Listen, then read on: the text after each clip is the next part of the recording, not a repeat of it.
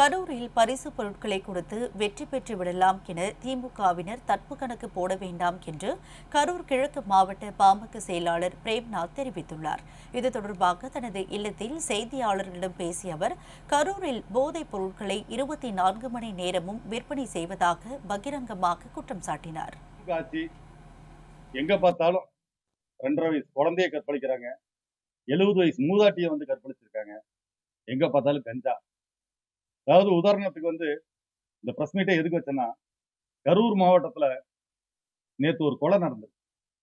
ஒரு 22 வயது கல்லூரி மாணவனை 18 வயது நிரம்பாத 3 சிறார்கள் வெட்டி கொலை செய்துள்ளார்கள்.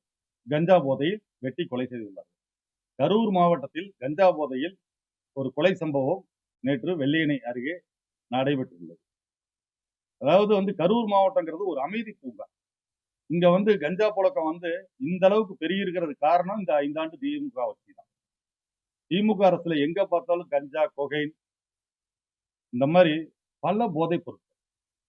அது பாத்தீங்கன்னா இந்த சின்னத்தாராபுரம் பகுதி, குளித்தலை பகுதி எல்லாம் பாத்தீங்கன்னா கஞ்சா புழக்கம் இந்த சந்துக்கடை மெயினா காவல்துறைக்கு தெரிஞ்சே நடக்குது. பார்க்கிற இடத்தெல்லாம் சந்துக்கடை 24x7 எங்க எந்நேரம் போனாலும். அதுவும் பாத்தீங்கன்னா இந்த லாலாப்பேட்டை மற்றும் சின்னத்தாராபுரம் இந்த பகுதியெல்லாம் பாத்தீங்கன்னா 2 வீலர்ல வச்சு ஹோம் டெலிவரி பண்றாங்க. இந்த 130 ரூபா கோட்டரை 250 ரூபா கொண்டு போயிட்டு நீங்க போன் பண்ணீங்கன்னா போதும், உங்க வீட்டிலேயே கொண்டாந்து நைட்டு 3 மணி ஆனாலும் சரி, 5 மணி ஆனாலும் சரி, கொண்டாந்து ஹோம் டெலிவரி. இது அவங்களுக்கும் கேடு, வாங்கி குடிக்கிறவங்களுக்கும் கேடு. விடிய காத்தால வெறும் வயித்துல 3 மணிக்கு குடிச்சா அவன் வாழ்க்கை என்ன ஆகுறது? சீக்கிரம் குடல் செத்துருவான்.